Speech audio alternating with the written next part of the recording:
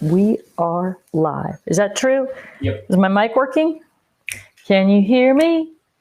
Hello, hello, everybody. I need a new song. Mana, mana, beep, beep, beep, beep. Mana, mana. Who's out there in Facebook land that's a songwriter? I need a little tune to kick off the show every day, every week. No eyeballs yet. We have no eyeball. We got eyeball. Hello, hello, hello, and welcome. If you can hear me and you can see me, give me a thumbs up so I know that you're out there, and or an okay or a smiley face. However you're feeling today, give me one of those. That will be awesome. And then we'll know that everything is good. I think we're on a little bit of a delay also. Beep, beep. Okay, I got a message from Katie. What does it say?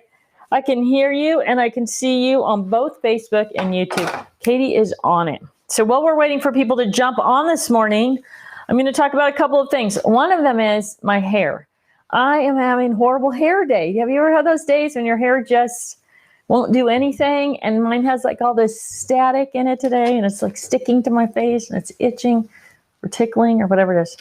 But that's not really what I want to talk about. What I really want to talk about is I want to give you a heads up on National Scrapbook Day, which is happening, my screen went black, which is happening on Saturday. First Saturday in May is National Scrapbook Day. So if you are new to scrapbooking, paper crafting, that is a great day for all kinds of events. This year, all web events, but we are going to have a big sale on the Totally Tiffany website on National Scrapbook Day. So if you've been holding out, waiting for the perfect opportunity to buy your new scrap rack, buy your expansion base, need pages or dividers, or maybe you need the whole setup, Saturday is going to be your day. So you're going to there's all kinds of special stuff going on. Extra points, extra discounts, across the board discount on the website. If you are not on our email list, the Totally Tiffany email list, I want you to jump over to the website after class today and sign up for the general email list. And that's just the one. When you go to the website, it's everywhere. Join our email list. And then you will get an email with all the details of when the sale starts, if you have to use a coupon code for certain things, all that good stuff. So stay tuned in and keep your eyes out for that email so you can get all the details for National Scrapbook Day. All right, I think we're ready to go. What do you say, London? Are we ready to go? I think we're ready. All right. Woo! Welcome to our 6th challenge of the Get Organized Challenge. And this week we are going to take everything that we've learned about organizing and cataloging and storing and sorting, and we're going to put it all into doing those tasks with our colors. So inks, chalks, pens, any of that, glitter glues, any of those kind of things. This is the week that you're going to get those things organized and come up with a strategy for being able to find the things that you need when you need them. So Get Organized Challenge, Color Your World, and this week's winner had a really great post. So how it works. Are you new? If you're new to the Get Organized Challenge, you want to sign up for the Get Organized Challenge email, also on the Get Organized Challenge page on our website. And then you're going to get updates, information, and downloadable links to different things that are going on.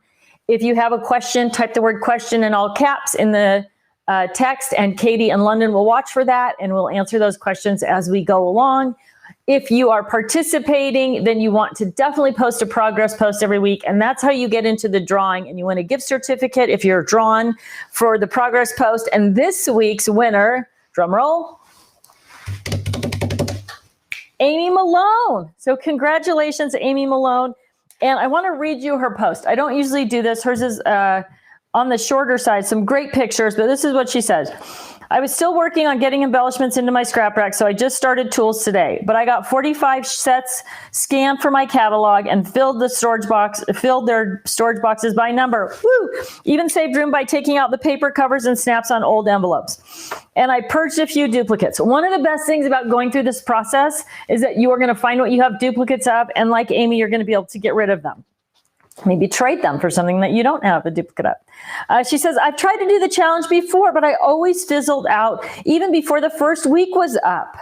The big benefits ward and the rewards, actually getting them, big caps, she says, have really been a game changer for me in this challenge, as well as the accountability here and with some local scrapbookers via Zoom. Thank you so much for your ideas, tips, tricks, and support. You're welcome for all those things. Congratulations, Amy Malone, for being our winner this week. You need to reach out to prizes at crafterscompanion.com with your information, and they will get your prize to you. But one of the things that's really important, it's in your brain, is getting that reward. So if you didn't go through the process of the big benefits board, if you didn't create 8 rewards, one for each of the challenges, or if you're not taking the rewards you created, remember, it's really important to your brain to get that reward. So definitely do that. Take advantage of it. Do it. You earned it. Get your reward. Okay, what are our goals for this challenge? This challenge, our goal is to organize all those inks, chalks, pens, all that kind of stuff.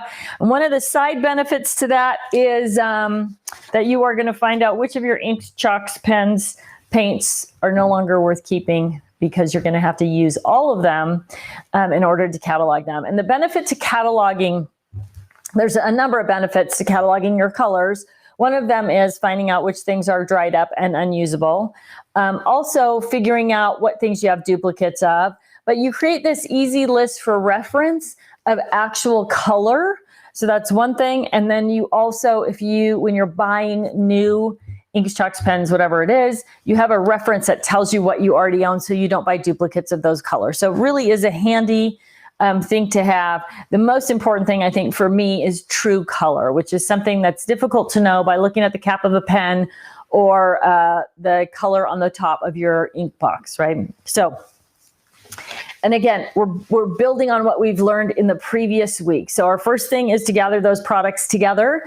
And I'm going to recommend that you gather them together by manufacturer, which is a little bit different than what we've done before. But because all of those things are different sizes and shapes, you're going to need different types of containers for storing them because of those sizes and shapes. So one of the best things to do is group them by manufacturer, and then they all fit together in the best way. If you are a Gloria Got a Lot, we're going to go through this process without actually creating catalog sheets by brand in general. However, if you're Gloria Got a Lot, or you're somebody who does who submits their work and you need to know what brand it is that goes with those colors, just like we did with the other things, if you want to create a brand catalog as well as a color catalog, I'm going to encourage you to do them both simultaneously, and then you don't have to go back and redo them. So some of you will and some of you will not. So we're going to gather them together. We're going to figure out how we're going to store them. So this is where you decide, what type of storage do I need for each of these items?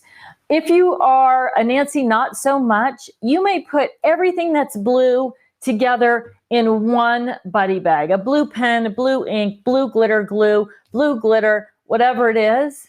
Most of us have these huge collections of stuff, so that's not going to work for us. But if you're Nancy Not So Much, you may be able to get everything together just by color. Most of us are going to store in things like Stadium Arrangers or Pen and Ink Palace, something like that, because we have more. We need to get that catalog and those shelves labeled just so we can find our things rather than having all the colors together in one bundle. But if you are Nancy Not So Much, you can do everything in one bundle. And I'm sorry, usually I have a sample of that, and we've been doing so much video. I don't know where it went, but I will get some pictures up on the website. Actually, I'm going to write a note. Nancy single color. I will get it into Facebook, actually. So it'll be on the Facebook page, and then we'll go from there. Most of us are going to create a full color catalog, though, with everything on one page, and there's a couple of different ways to do that. So I'm going to flip around here. This is a color catalog of red and orange. It's kind of a start of a color catalog of red and orange. But the goal is to get examples of all the colors that you have in that category in one place. So when you need something red or orange, you can go to that sheet and you can see your glitter glue, your ink, your paint, whatever it is. And then the little code underneath there is going to tell you where you're going to find that. So on this sheet, I've got this Craft Smart Orange. It's in P1, and that is going to direct me back here. This is paint number 1, and there's that Craft Smart Orange, right? So the goal is that you can see the colors that you have. You can choose the exact color that you want to work with, and then you can find it wherever it's located. So a big 12 by 12 color catalog sheet like this, neat and tidy. Something simple like this if you want to go big. The other option that we have for you are the Peak a Hue color catalog sheets, and there are 3 of them. I'm going to backtrack for 1 second. If you're going by designer, you want to keep designer collections together, a lot of the designer websites are going to have something that looks like this, which is a cataloging sheet for that particular brand or that particular design, right? This is the Copic one. And then you can color in the squares and you know exactly what you've got. And these are usually available on most websites. Now, a lot of you have taken the time to post those catalog sheets that you've collected from designer websites right there on the Get Organized Challenge Facebook page. And Barbara Carlson, if you're on board with us this morning, if maybe you could direct people, I think it's under files or it's under documents, if that's where those are, so that people have an easier time using them. If you have one and it's not in our collection, please feel free to add it to the collection, and we'll get it organized so that people don't have to look for them in the future. Question from Melinda DePompo on Facebook. How would you organize a collection of fabric?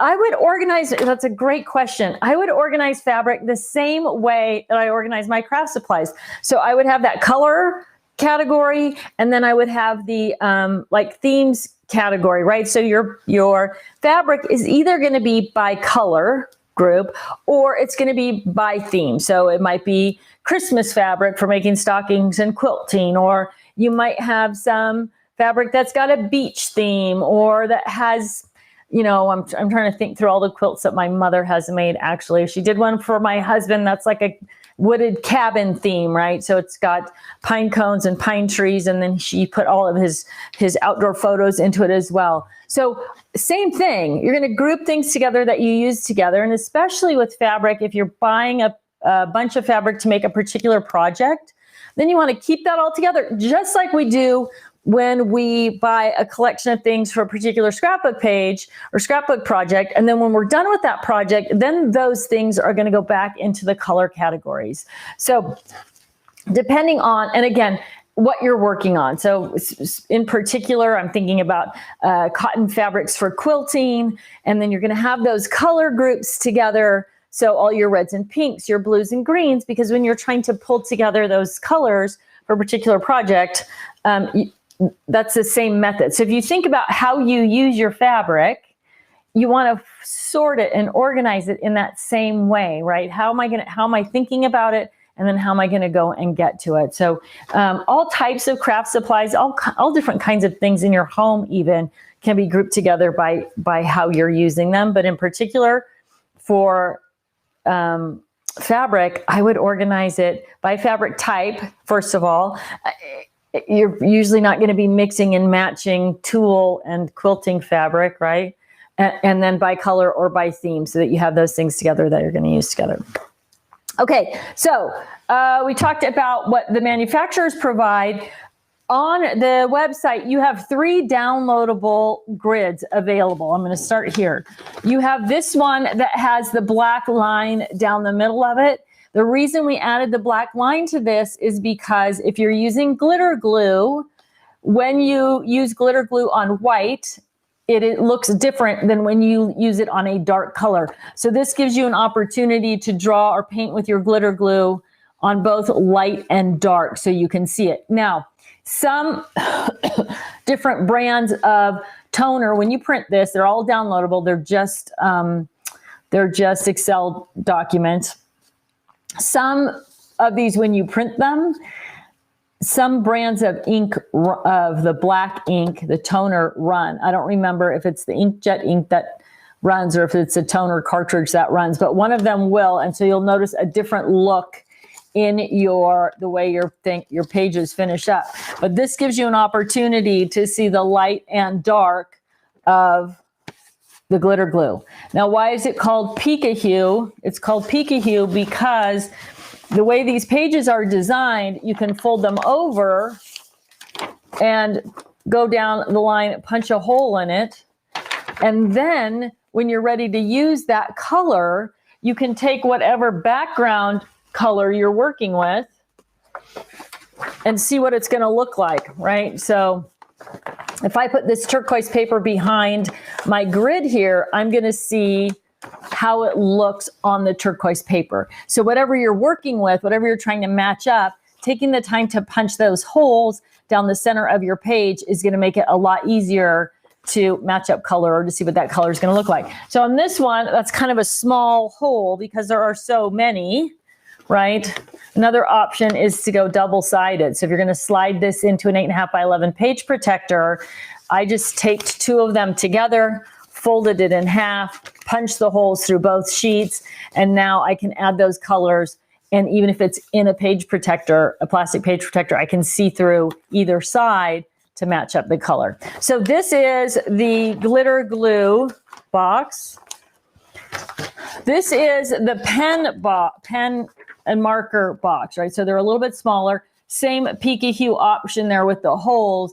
And I just wrote in all the numbers of Copic markers here. Now Copic does provide a grid like this, but it's so small, and so you can't have the option of poking a hole in it and seeing the matching color behind. So you've got this one, the pen and marker one, and then you've got the one that's the most versatile and the one that I actually prefer to use, and that is the big box version. So the big box, I guess I should show you what it looks like blank first. So the big box version looks like this, has the same fold line, so you can do that Pika-Hue representation. And then as you're adding your colors to it, you can see how I've got those holes punched in one side and not the other. So that gives you an idea of, you know, what it's going to look like. Then to punch this side, you're going to fold it and just punch through. You're going to have access to those. Now, I did this first with the hole punch. One of the beautiful things about being part of the challenge is you get to learn from all my mistakes.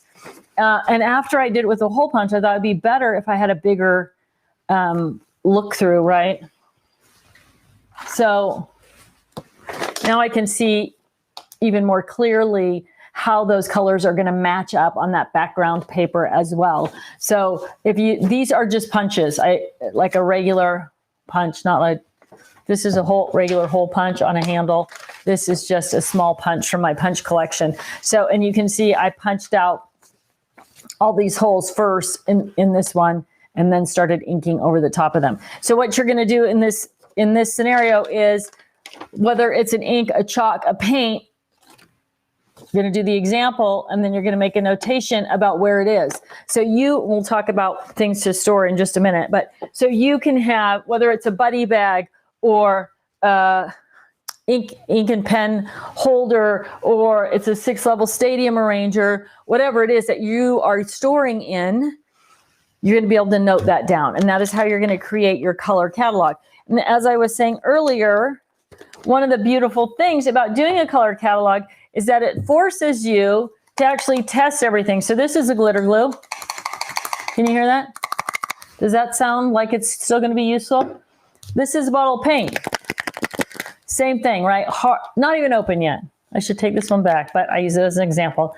So once you start working with all of your markers, all of your inks, all of your paints, all of your glitter glues, that's going to be a purging system of getting rid of things that don't work anymore or that are all dried up. You're going to find tons of markers and that type of thing. That's going to be your opportunity to replace those if you want those colors back, or really to have a good understanding of what you have and what you actually need and what you use. So the whole process is good on a number of levels.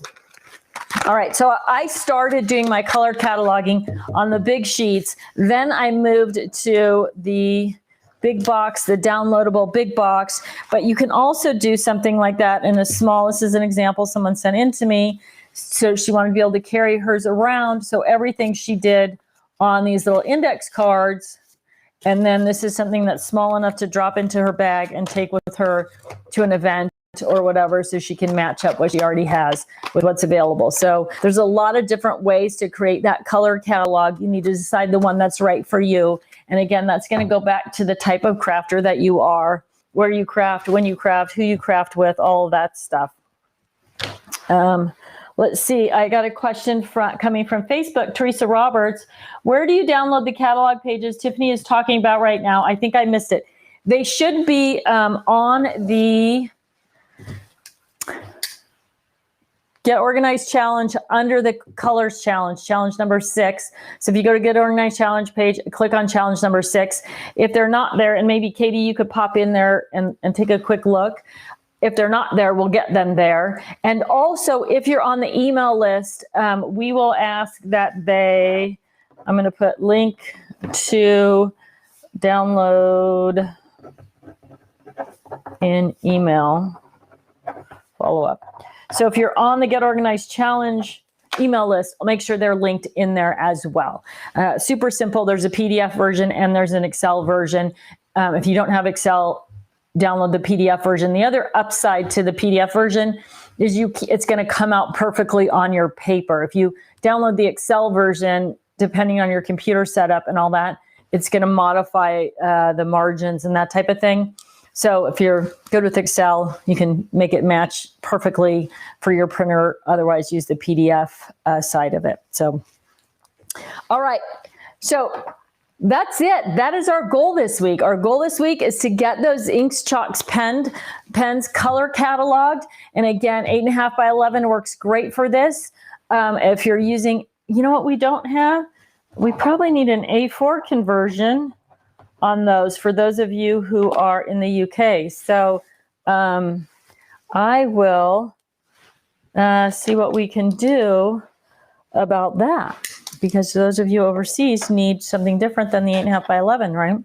Okay, so and I'll talk a little bit about product after I go through the challenge for the week, but let's talk about challenge. So the very first thing you need to do is decide on what storage tools you're going to use and how you're going to use them. And remember, what kind of crafter are you? If you're Kathy Craft Room, you want to have as much stuff out and visible as you can.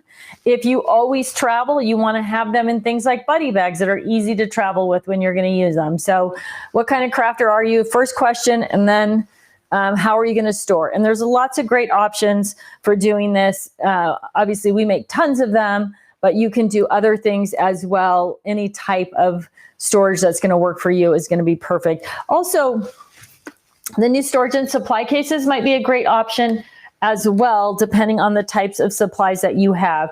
If you missed the storage and supply case show on Saturday, this is the 4-drawer, the 2-drawer, and the 6-drawer storage and supply case. And I just stacked them up on my shelf here. And then I've got this little drawer system where I can just pull them in and out as I'm working. And then if I'm going to travel with them, I can just close them up and take them with me. You can only put 3 or 4 of them. I stacked up. So I have the smallest ones, kind of that way, but they won't sustain a ton of weight. So I would say 3 or 4. Probably the max that you want to stack up, but they do make things really accessible while you're in your craft room. So you're going to choose your containers. You're going to gather your coloring agents together and group them by manufacturer, and then create your color sheets. Sorry, group them by manufacturer, decide and put them in whatever kind of storage you're going to use, right? So remember, you want to fill, if you're using Edna Buddy bags to store your Tim Holtz Distress inks.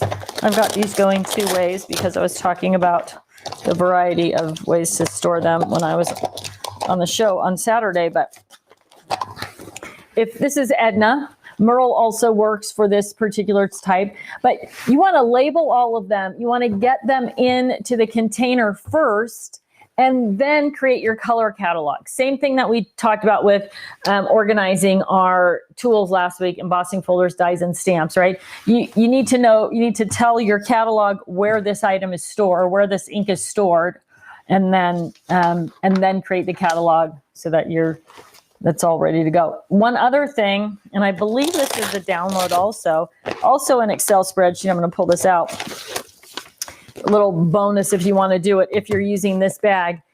These are the names of the Tim Holtz inks. This is, again, my cheater color thing. So I can pull this out and I can see what color that ink actually is. So the Edna Buddy Bag, if you're looking for distress ink or oxide ink storage, the Edna Buddy Bag is going to hold 18 or 19. So 19 if you want to cram them to the top, 18 if you want a little bit of finger room in there. But a great way to store those. But my point, you want to put everything into the storage first and then create the catalog, right? So that you can label the storage. So as I've done with the paint bag, labeled the paint bag number 1, loaded it up with paint, and then cataloged the paint. So I could say, okay, this CS orange is in paint bag number 1. Simple. All right, so your goal then is to sort 3 containers of coloring agents. So whatever type of container you've put them in, 3 of those this week. You're going to do 2 more inches of paper if you're still working on paper, 1 more container of embellishments if you're working on embellishments. If you haven't finished your photos, you might want to wedge in a little bit of photo action in there as well. Post your progress so you can be in the drawing, and then definitely, as our winner Amy mentioned this week, definitely take advantage of the reward. It is so, so good for your brain, right? It keeps you fired up. It keeps you focused, keeps you doing what you need to do to stay on track to accomplish your goals during the Get Organized Challenge. All right, so you have your assignment. You know what you're supposed to do. If you have questions or comments, you can post them up on Facebook. I'm going to talk real quickly about the last, for those of you who want to talk a little bit more about products. So these are the last 2 sheets of your handout, and I'm just going to go through them quickly and sort of give you my 2 cents on each of the things on there. Now, the trouble with talking about coloring agent storage is that it's going to be a little bit different for everybody, right? The type of crafter you are and the type of supplies that you have. So as always, my biggest thing is make sure that it's visible and that it's accessible. So the top group of items there are the desk-mate items, the pen and ink palace, the 6-level stadium arranger. Depending on what you have and how you're storing, these are great visual ways to store your supplies. If you always only craft at home, they're going to keep everything right out in front of you. So with the pen and ink palaces, there's 2 sizes. There's a 9-inch width and there's a 15-inch width. Now, the nice thing about those, especially for marker storage, is there aren't any dividers. So if you line up all your markers in a row and then you get a new color that belongs in the middle, it's easy to add that because you don't have those individual segments for each of those things. The trays on these slide out, so it's easy to get to your ink pad. You're just going to pull out the tray. So if your ink pad's a little bit smaller, it's still easy to grab it. Or you can, if you want to work with everything on that tray, you can bring the whole tray out, set it on your workspace, and then put the tray back. If you have your glasses on, there we go. All right. So pen and ink palace, stadium arrangers, these are all great ways to organize things that are visual, accessible, and permanent in your workspace or on the shelves in your workspace. Of course, the buddy bags are a no-brainer for almost any type of supply. Again, choosing like the Sarah bag is perfect for your tri-blend markers. The Deborah bag is great for shorter markers. Terry is back in stock. So Artist Loft type markers, the longer, skinnier Tombow markers, those are all going to fit in the Terry bag versus the Deborah or the Sarah. So on the pages on the website, the shop by category, that's where you can look at different ink pads or whatever. All the different products are on there and they're loaded up with that particular brand so that you can actually see how do my Tombow inks fit, or how do my markers fit in this bag or that bag. So I definitely recommend whatever products you love that you are looking for storage on, visit that page, and then I'll give you all the ideas of different products that we make that are going to fit that particular product that you're looking for. So they're all a little bit different shapes and sizes. And then, of course, the newest storage and supply case. Now, this also works. Matter of fact, I thought I had one with the Oh, maybe not. This also works with the,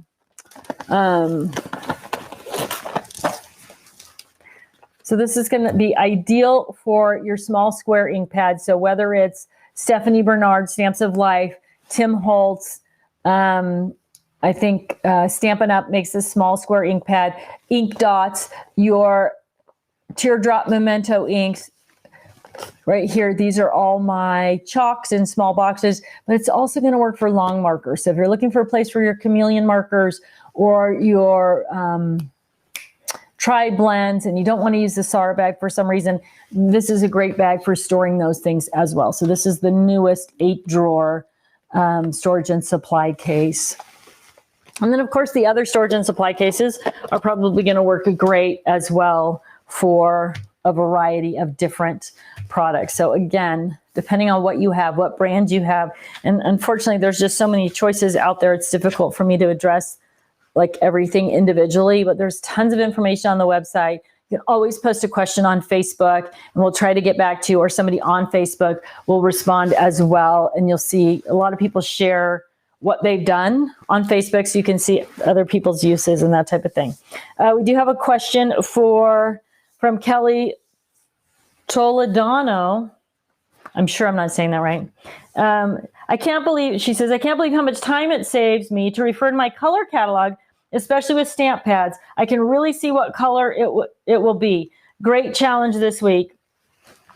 It is. It doesn't seem like it's that important, but I'm going to reiterate what Kelly's saying here, especially things like ink, because the manufacturer tries to do a great job and give you the true ink color, but it never really works out that way. So having a reference, along with having a reference of other, of all those colors, right? So if you look at these first 3 yellows, they're very similar, but you wouldn't know until you pulled it out and inked it, right? Or how this color of yellow might be, which ink that might go on with this glitter glue or whatever. So your color catalog is not only going to help you know what's working and what's not, it's also a great reference so that you get the right color on your project the first time.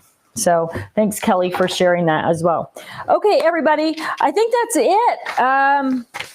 We are at 11 o'clock, which is 11 o'clock our time here. So like in an hour and a half, we're going to be on Crafters TV, and we are going to be launching on Crafters TV. What? You know it. We've been waiting for it to launch here.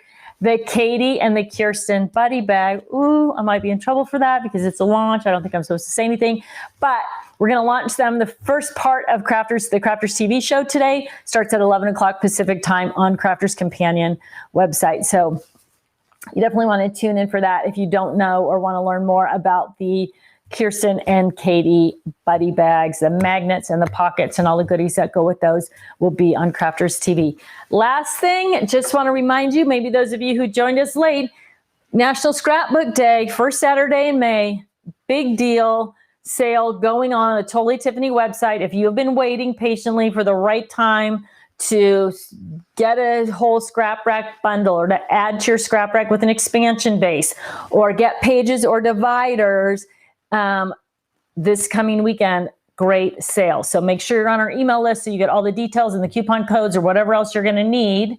I don't have all the details yet. I just got the sneak peek of it this morning, but it is going to be a great sale, something you don't want to miss. So mark your calendar. It's only for 24 hours, right? Same as we've always done. 24-hour sale, National Scrapbook Day, Totally Tiffany website. Don't want to miss it. I think that's it, everybody. So thanks so much for tuning in. Ooh, also doing a product launch today at 4 o'clock with Stephanie, Stamps of Life. So if you're around for that, you might want to pop in and see what's going on. Stamps of Life, 4 o'clock, new Totally Tiffany product launch with Stephanie B. All right. Take care, everybody. I'll talk to you soon.